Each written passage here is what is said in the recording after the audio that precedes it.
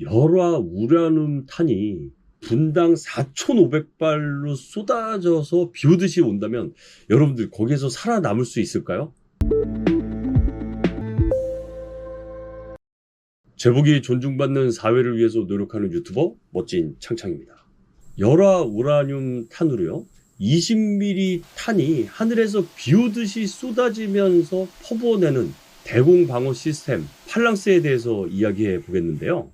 예전에 해군은요 현재와 같은 대공 방어 개념은 사실 별로 없었습니다. 그냥 함대 함으로 교전을 했고요, 아니면 적의 포탄을 맞아서 견디거나 함대전을 했었죠. 그러다 보니까 포탄을 맞아도 견디도록 점점점 발전되어 왔습니다. 그래서 철갑함이라는 함정이 등장을 하죠.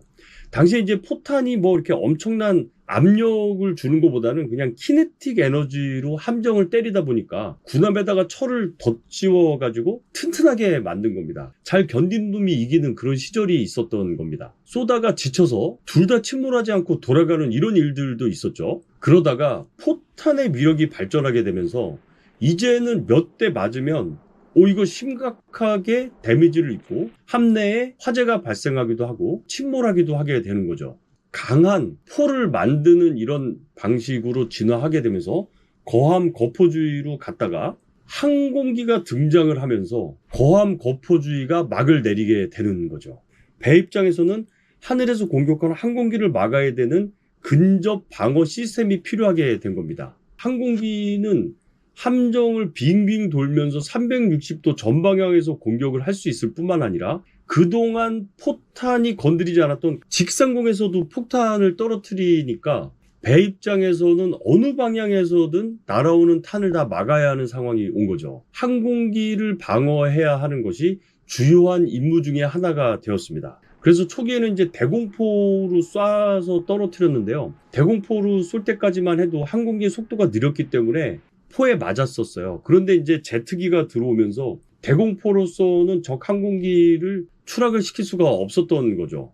기술이 약하니까 문수를 늘려가지고 다량의 탄환을 쏴서 항공기를 떨어뜨리는 그런 아이디어를 내기도 했습니다. 그러면 이제 요격률은 높아지겠지만 또 탄이 금세 바닥이 나죠.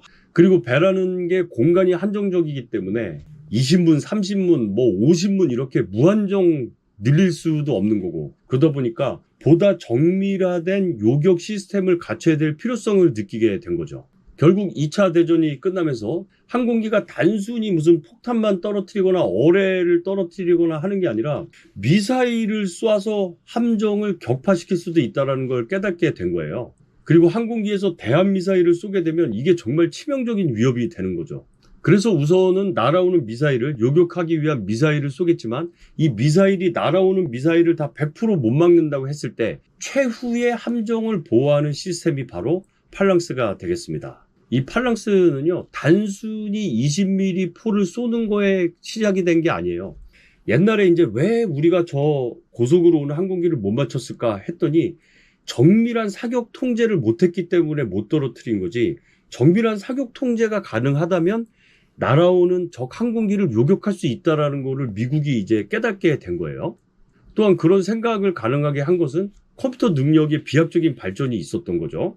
그래서 결국 대공포와 컴퓨터의 조합으로 탄생한 이 팔랑스는 분당 4,500여 발의 열화 우라늄 탄을 쏟아 부음으로 해서 날아오는 적의 항공기의 위협을 격파시킬 수가 있었던 겁니다. 엄청난 연사력을 갖기 위해서는 M61 발칸포를 쓰게 된 겁니다. M61 발칸포는요 전기식 모터가 장착이 되어 있어서 굉장히 빠른 속도로 회전을 할 수가 있고, 이론상으로는 분당 6,000발 이상을 발사를 할 수가 있습니다. 이 M61 발칸으로 함대공 시스템을 개량하게 된 거죠.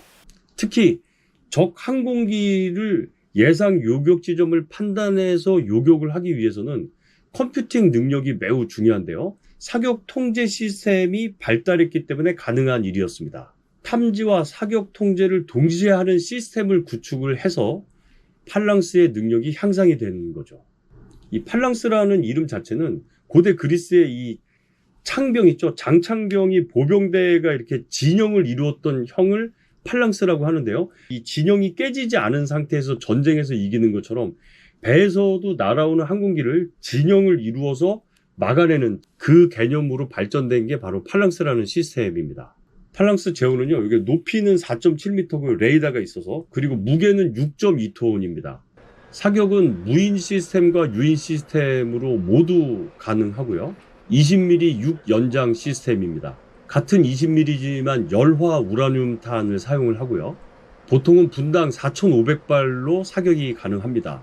유효 사거리는 1.5km고 최대 사거리는 5.5km나 날아갑니다. 역시 최고의 능력이라면 엄청난 연사력이 되겠고 M61 발칸 시스템을 이용했기 때문에 가능한 능력입니다.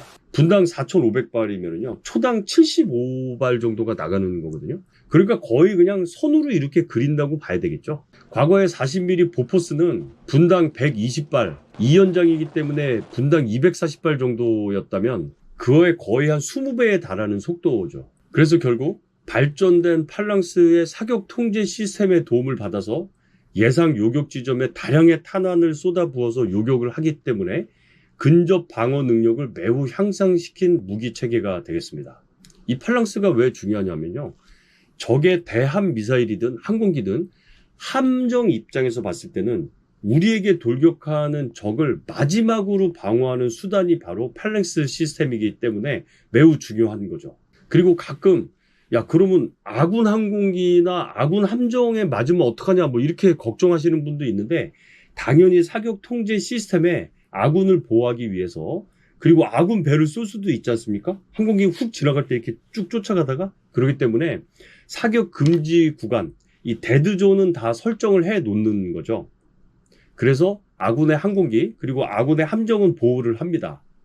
근데 이제 이 팔랑스가 그럼에도 불구하고 유일한 단점이라면 하나의 표적에 대해서만 교전을 할 수 있다는 거죠. 그러니까 두 개가 동시에 날아오면 얘를 쏘다가 얘를 쏘다가 얘를 쏘다가 얘를 쏘다가 요거는 못 한다는 거예요. 일단 하나가 교전이 완료될 때까지 그 하나만 잡고 쏴야 되는 그런 치명적인 단점이 있죠. 요건 어쩔 수 없어요. 제가 비행단의 대공 포대장 할 때도 야 저런 팔랑스 같은 시스템을 비행단에 이렇게 동서남북에 4군데만 해놔도 훨씬 비행단 방어가 좀 쉽지 않겠느냐 이런 아이디어를 냈던 적이 있었습니다. 특히 우리 병사들 인력을 현저하게 줄일 수 있기 때문에 매우 효과적이지 않겠느냐라는 생각을 하기도 했었죠. 요 팔랑스는 육군에도 또 설치가 돼 있어요. 그래서 육군 기지 내에서 실제로 또 팔랑스가 작동을 합니다. 관련 영상에서도 보시다시피 우리 병사들이 24시간 3차원 공중 공간을 감시를 할 수가 없잖아요. 얘는 레이더가 있기 때문에 늘 감시를 할 수 있고 우리 병사들의 피로도를 줄여줄 수 있는 매우 효과적인 무기 체계이기도 합니다.